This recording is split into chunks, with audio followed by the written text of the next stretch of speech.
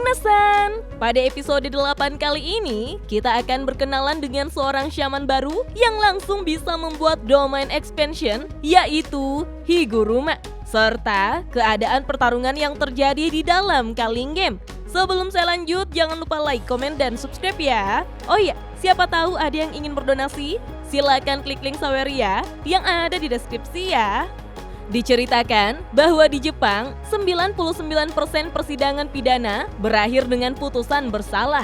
Hiromi Higuruma sebagai pengacara pembela umum untuk penjahat berbicara dengan kliennya, yaitu Keita Oe.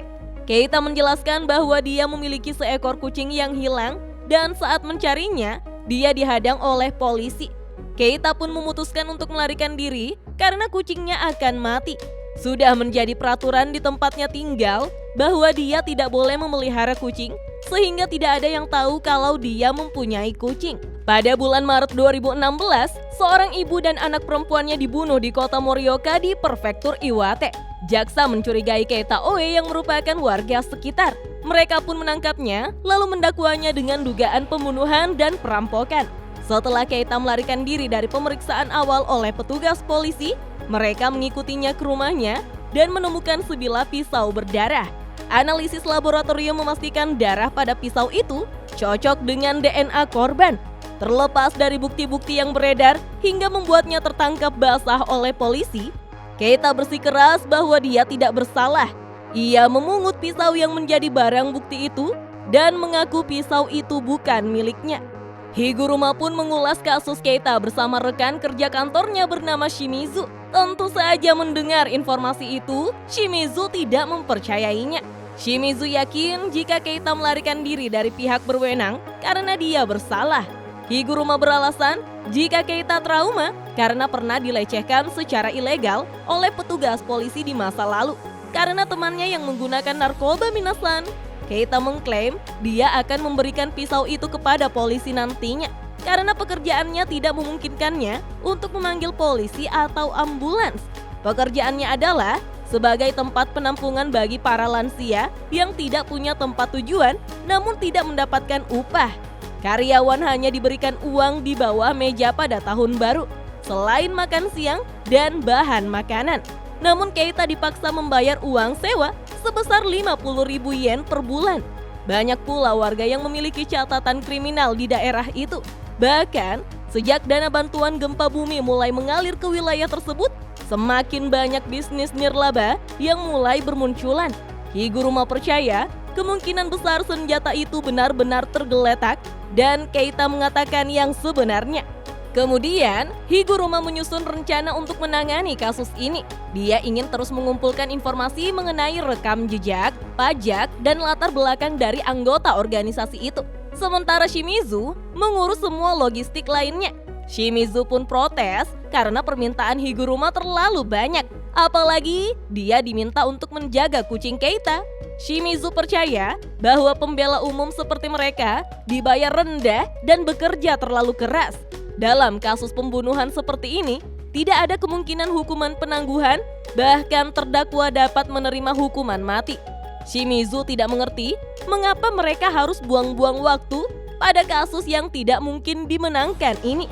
Tetapi Higuruma yang sedang berjalan di depannya berkomentar, terkadang tak masalah untuk mengambil kasus yang sulit seperti ini. Ia beranggapan kasus seperti ini juga berguna untuk menjaga keterampilan mereka agar tetap tajam. Karena kesal, Shimizu pun berpikir keras dan mengatakan bahwa itu bukan kadang-kadang. Beberapa waktu berselang, Shimizu bertemu dengan seorang teman dan sesama pengacara bernama Takagi di dalam kafe miliknya. Takagi dulu pernah bekerja dengan Higuruma dan rupanya Higuruma tidak pernah berubah. Dia adalah tipe orang yang tidak tertarik pada uang. Takagi yakin Higuruma mungkin akan menjadi lebih buruk. Dia memberikan contoh kasus masa lalu di mana Higuruma membela seorang anak berusia 19 tahun yang dipaksa minum dan mengemudi karena pekerjaannya. Terdakwa marah kepada Higuruma, menyebutnya pembohong karena dia tetap dinyatakan bersalah. Padahal, sejak awal Higuruma tidak pernah memberitahunya bahwa dia akan dinyatakan tidak bersalah. Hanya saja, hukumannya bisa ditangguhkan. Takagi menunjukkan cara klien menyalahgunakan pengacara mereka. Dan bagaimana hal itu tidak sepadan? Karena Higuruma justru mendapatkan dendam tidak beralasan dari klien yang dibantunya itu. Tetapi Higuruma menjawab bahwa dia memahami bahwa orang-orang mengalami hambatan finansial dan emosional. Jadi mereka melampiaskannya pada pengacara mereka. Karena prihatin, Takagi pun bertanya bagaimana hal itu mempengaruhi kondisi mental Higuruma. Higuruma dan Shimizu bekerja tanpa kenal lelah hingga hari persidangan dan berhasil mendapatkan hukuman tidak bersalah untuk Keita. Shimizu tidak menyangka mereka benar-benar mendapatkan putusan tersebut, tetapi Higuruma tahu bahwa penuntut akan segera mengajukan banding. Di media, opini publik berasumsi bahwa dalam peradilan penuntutan telah disuap, keputusan yang diambil telah salah, dan keadilan telah gagal dalam beberapa hal. Mereka beranggapan ini merupakan kebalikan dari kebenaran. Dalam pertemuan pasca persidangan, Higuruma mengungkapkan kepada Keita bahwa tidak ada barang perampokan yang ditemukan di kamarnya dan seseorang menghilang dari kediamannya tepat setelah kejahatan tersebut terjadi. Di atas segalanya, Keita juga muncul di rekaman kamera toko serba ada bersamaan dengan perkiraan waktu kematiannya. Keita berterima kasih kepada Higuruma, tetapi Higuruma menekankan akan ada sidang kedua. Jadi, jangan besar kepala dulu. Sambil terisak, Keita menjelaskan bahwa yang dia maksud adalah dia hanya ingin berterima kasih kepada Higuruma karena telah mempercayainya. Namun pada persidangan kedua, sayangnya Keita dinyatakan bersalah dan dijatuhi hukuman penjara seumur hidup. Dijelaskanlah, pengacara pembela independen seperti kantor Higuruma mengandalkan pendanaan yang terbatas dan jumlah staf yang sedikit.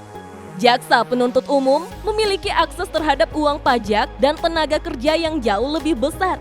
Tidak ada bukti baru yang diajukan pada persidangan kedua, sehingga pengadilan menjatuhkan hukuman ini dengan argumen yang lemah bahwa tidak ada alasan untuk mencurigai orang hilang tersebut. Kemudian, persidangan ketiga di hadapan pengadilan tertinggi tidak mungkin dilakukan karena mereka menolak untuk mengadili sebagian besar kasus. Mendapatkan pemeriksaan yang adil adalah hal yang mustahil. Pada intinya, sistem secara tidak adil memvonis Keita bersalah sejak awal. Merasa putus asa dan marah, Keita lantas menatap Higuruma dengan kesedihan dan kekecewaan di matanya. Higuruma terkejut dan bertanya pada dirinya sendiri, mengapa kliennya itu memandangnya seperti ini? Dulu ketika Takagi bertanya tentang kondisi mentalnya, Higuruma menjawab bahwa ia tidak berniat untuk menyelamatkan yang lemah. Dia selalu menjadi tipe orang yang tidak bisa mengabaikan sesuatu yang ia rasa salah. Keadilan seharusnya buta dan orang-orang mengabaikan apapun untuk menyelamatkan diri mereka sendiri. Tapi Higuruma ingin tetap membuka matanya meskipun tidak ada orang lain yang melakukannya. Kembali ke peradilan, hakim mengatakan jika ada keberatan atas putusan bersalah terhadap Keita Oe, maka mereka bisa mengirimkan petisi selama 15 hari termasuk hari ini. Higuruma pun tiba-tiba menyela pada pengumuman tersebut dengan membanting mejanya menggunakan palu hakim miliknya sendiri. Hal ini mengejutkan jaksa, hakim, dan juga Shimizu. Shimizu mulai menjauhi Higuruma ketika kutukan mulai terbentuk di belakang Higuruma. Rupanya, Higuruma menolak untuk membiarkan persidangan ini berakhir dengan cara yang tidak adil. Higuruma membentak dan memberitahu semua orang bahwa tidak ada yang diizinkan pergi karena mereka sedang mengadakan persidangan ulang. Dan Higuruma pun telah terpilih sebagai player Culling Game. Peradilan ini menjadi alasan untuk kebangkitan kekuatannya Minasan. Beralih pada Kenjaku yang tiba-tiba menyapa Setsuko yang sedang tertidur di kasurnya. Tentu saja, Setsuko terkejut dan langsung terbangun. Ia menatap pria aneh yang berdiri di sampingnya, lalu menanyakan siapa tamu misterius ini. Kenjaku menjelaskan bahwa dia adalah syaman yang memasang perisai di kota Sendai. Wilayah tersebut telah dipilih untuk menjadi lokasi pertarungan sampai mati. Meskipun tetap saja, Kenjaku tidak bisa menganggap ini sebagai sebuah kehormatan. Setsuko terkejut mendengar orang-orang akan saling membunuh. Dengan sangat gugup, ia bercanda dengan meminta mereka tidak melakukan itu di rumahnya. Kenjaku pun tertawa dan memuji Setsuko karena ungkapan lucunya. Kenjaku terus menjelaskan situasinya bahwa sisa-sisa lokasi eksekusi kuno berada di tempat itu dan berfungsi sebagai pusat perisai dengan radius sekitar 5 hingga 6 km. Menciptakan perisai membutuhkan usaha yang sangat besar. Jadi Kenjaku tidak bisa menempatkan syarat yang tidak masuk akal. Orang-orang seperti Setsuko yang sejak awal sudah ada di dalam perisai punya satu kesempatan untuk keluar dari perisai. Jika Setsuko memilih demikian, Setsuko akan terbangun di luar perisai. Karena bingung, Setsuko bertanya, apa maksudnya dengan terbangun? Setsuko mempertanyakan, apakah dia masih bermimpi? Kenjaku menjawab bahwa jarak antara mimpi dan kenyataan adalah sebuah kutukan. Kenjaku pun meraih tangan Setsuko dan memperingatkannya untuk berhati-hati karena di luar sana ada banyak player yang tidak sabaran untuk membunuh.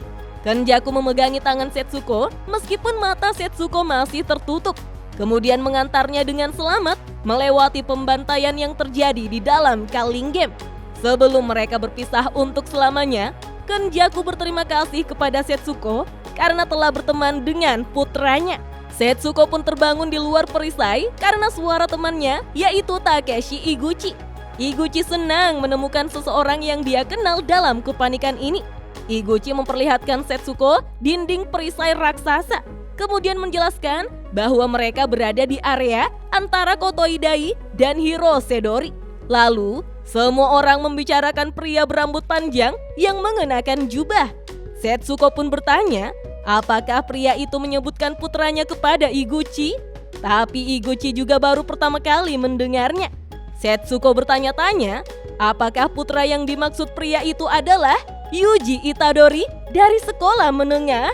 Dan ini semua terjadi pada tanggal 1 November pukul 6 pagi ketika Culling Game pertama kali dimulai. Beralih pada tanggal 11 November ketika Yuji dan Megumi melanjutkan perencanaan dalam Culling Game bersama yang lain. Mereka tidak dapat menemukan player bernama Angel. Menurut Tengen, Angel harusnya berada di koloni timur Tokyo. Mereka juga akan mengenalinya saat melihatnya. Kemudian Hakari memutuskan bahwa dia dan Panda akan pergi ke koloni nomor 2 Tokyo, sementara Yuji dan Megumi pergi ke koloni nomor 1. Lalu, Kirara tetap berjaga di luar perisai. Hakari berencana untuk menangani Hajime Kashimo sendirian karena dia adalah player dengan poin terbanyak atau kemungkinan besar adalah shaman yang terkuat. Di saat yang sama, Panda akan fokus mencari Angel karena memiliki penciuman yang tajam. Kirara lantas bingung mengapa hanya dirinya yang tidak masuk ke dalam perisai untuk membantu. Hakari pun menjelaskan bahwa Yuta belum melakukan kontak dengan mereka, yang berarti ponsel tidak mendapatkan sinyal di dalam perisai. Sehingga kelompok mereka akan membutuhkan Kirara di luar perisai untuk mengawasi mereka. Yuji mulai mengemukakan bahwa mungkin dia dan Megumi tidak boleh berpergian bersama karena Sukuna. Namun Megumi menyuruhnya untuk tutup mulut dan berhenti bersikap egois. Karena Senpai tidak bisa mengubah peran mereka hanya untuk itu. Yuji pun tersinggung karena dia hanya mengkhawatirkan Megumi. Tapi Megumi menganggapnya menjengkelkan dan membuang-buang waktu. Mereka berdua menjadi jengkel dan saling berhadapan. Tetapi Panda menyuruh mereka untuk berhenti bertengkar. Keesokan harinya, pada tanggal 12 November pukul 12 atau 7 hari 12 jam hingga batas waktu Sumpah Sumiki untuk berpartisipasi dalam Culling Game. Semua orang mencapai perisai yang ditentukan di Tokyo. Kogane menjelaskan bahwa di dalam perisai tersebut terjadi kompetisi mematikan yang dikenal sebagai Culling Game. Kogane menanyakan apakah player baru bersedia masuk dan ikut serta sebagai player. Kita pun diperlihatkan Hakari, Panda, Megumi, dan Yuji yang tidak ragu-ragu untuk menyetujui dimulainya operasi penyelamatan Sumiki. Sementara itu, di dalam koloni nomor 1 Tokyo, kita pun diperlihatkan seorang wanita dengan sebagian rambutnya berubah menjadi sayap penerbang pesawat dan membawa walkie-talkie. Ia bernama Hanyu. Ia kini berdiri di atas gedung pencakar langit yang menghadap ke kota. Hanyu meminta isyarat dari seseorang bernama Rin Amai, seorang anak laki-laki yang dipaksa bekerja untuknya. Amai menjawab bahwa dia tidak bisa berbuat apa-apa jika tidak ada yang datang ke tempat itu. Tentu saja hal ini membuat Hanyu kesal karena dibantah Minasan. Hanyu mengatakan jika Amai terus sombong, Hanyu akan menabraknya. Amai pun menjadi takut dan segera meminta maaf. Di luar koloni, Yuji dan Megumi mendekati perisai. Sembari berjalan, Megumi mengatakan bahwa mereka harus waspada terhadap inkarnasi shaman dari masa lalu. Yuji bertingkah seolah dia setuju, tapi kemudian segera meminta Megumi untuk menjelaskannya lagi.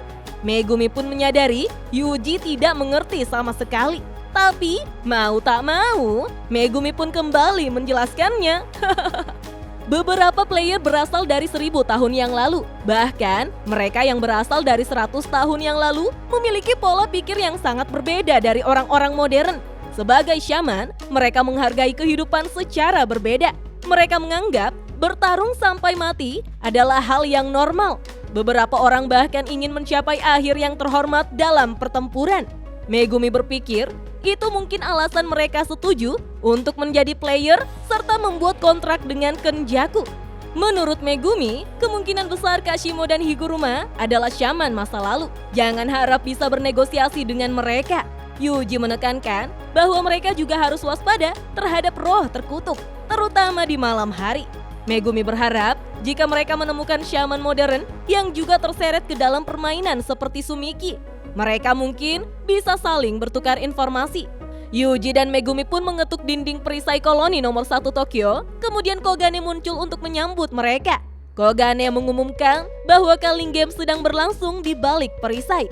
Siapapun yang masuk akan menjadi player dalam kompetisi mematikan tersebut. Megumi menyatakan partisipasinya dan tidak lagi meninjau peraturan yang akan disebutkan oleh Kogane. Dengan tekad yang kuat untuk menyelamatkan Sumiki, Megumi lantas mengingatkan Yuji bahwa langkah pertama mereka adalah mendapatkan informasi tentang Hiromi Higuruma. Dan keduanya pun melangkah masuk ke dalam perisai. Sayangnya, mereka tiba-tiba terpisah. Mereka dikirim ke lokasi berbeda yang jaraknya saling berjauhan. Yuji yang sekarang terjatuh dari langit menjadi bingung dengan keadaannya. Sekaligus bertanya-tanya di mana Megumi berada. Ketika seorang player memasuki perisai Culling Game, mereka secara acak dipindahkan ke salah satu dari 9 lokasi yang sudah ditentukan. Orang-orang tertentu memposisikan diri mereka di lokasi tersebut untuk mengambil keuntungan dari para pemula yang mengalami disorientasi oleh keadaan yang tidak disebutkan dalam peraturan. Amai memperhatikan Yuji yang sedang jatuh dari langit, mulai memainkan perannya dengan menggunakan tongkat cahaya penuntun untuk memberi sinyal pada Hanyu. Saat itulah Hanyu menggunakan teknik kutukannya untuk mendorong dirinya sendiri dan terbang dengan kecepatan tinggi untuk langsung menabrak Yuji. Tabrakan keras itu langsung menghancurkan 2 bangunan sekaligus. Sebuah serangan yang akan menghancurkan sebagian besar player. Namun, Hanyu terkejut melihat Yuji yang tidak terluka dan pulih dengan cepat. Kita pun diperlihatkan bagaimana Yuji berhasil mendapatkan pijakan dengan mendarat di sebuah bangunan dan mengambil posisi bertarungnya. Hanyu lantas menyadari ketangguhan lawannya dan memanggil pasangannya ke sisinya. Yuji dengan cepat melempar batu yang langsung mengenai perut bagian bawah Hanyu. Tentu saja, Hanyu terluka parah dan menyadari bahwa Yuji mengambil puing-puing dari bangunan yang dia tabrak, serta mengisinya dengan energi terkutuk. Hanyu lantas kehilangan keseimbangan dan jatuh ke gedung di bawahnya. Yuji terkejut melihat betapa mudahnya lawannya itu dikalahkan. Padahal, dia masih perlu bertanya tentang Higuruma serta menemukan Megumi. Namun rekan Hanyu bernama Haba menggunakan teknik terkutuknya yang mirip helikopter untuk melayang di belakang Yuji. Haba tampak marah dan ingin mengetahui apa yang telah Yuji lakukan pada wanitanya. Yuji menghadapi lawan barunya dan memutuskan untuk bertanya kepadanya tentang Higuruma. Di sisi lain, Amai memperhatikan bahwa Haba telah muncul tetapi Hanyu telah jatuh. Amai memperhatikan player baru itu sejenak dan merasa familiar. Ia akhirnya mengingat bahwa dia adalah seseorang bernama Itadori. Sementara itu, Megumi tampak menjatuhkan player wanita sambil memegangi alat terkutuknya. Perempuan itu memegangi pipinya dan bertanya mengapa dia melakukan itu. Megumi dengan marah menjawab karena dia menyerangnya lebih dulu. Megumi tidak menduga akan berpisah dengan Yuji. Bahkan Nue tidak dapat menemukannya. Hal ini karena koloni tersebut jauh lebih besar daripada Shibuya. Mungkin saat ini mereka terpisah lebih dari 2 km. Terlepas dari itu, keduanya menuju ke tempat yang sama. Megumi bertanya kepada perempuan itu mengenai informasi tentang Higuruma. Tetapi perempuan itu justru mengomel tentang pria yang selalu berpikir bahwa perempuan akan melakukan apapun setelah dipukul. Perempuan itu pun menjawab, Higuruma adalah orang yang memiliki 100 poin. Megumi kembali bertanya, apakah ia tahu keberadaannya? Perempuan itu mengatakan bahwa dia hanya akan memberinya informasi jika Megumi mau bertindak sebagai kesatria dan melindunginya. Megumi pun menyetujuinya, tetapi perempuan itu protes karena ia ingin mendiskusikannya. Megumi yang kesal hanya menjawab bahwa ia tidak punya waktu. Megumi pun menyuruhnya berjalan di depan, namun perempuan ini kembali protes bahwa kesatria harusnya mempertaruhkan nyawanya untuk melindunginya. Megumi pun menjawab, itu tergantung apakah perempuan itu mengatakan yang sebenarnya. Tetapi jika perempuan itu berbohong, Megumi akan memberikan hukuman yang akan mengakibatkan Megumi mencetak poin. Tidak seperti Yuji, Megumi tidak ragu untuk mengumpulkan 100 poin sendirian jika itu diperlukan. Perempuan itu pun menyeringai licik dan menyuruh Megumi untuk memanggilnya Remi. Nah, minasan, apakah Megumi sedang digoda menuju ke jalan kehancuran? Mampukah Yuji mengalahkan Haba? Kita lanjut di video selanjutnya ya. Dah.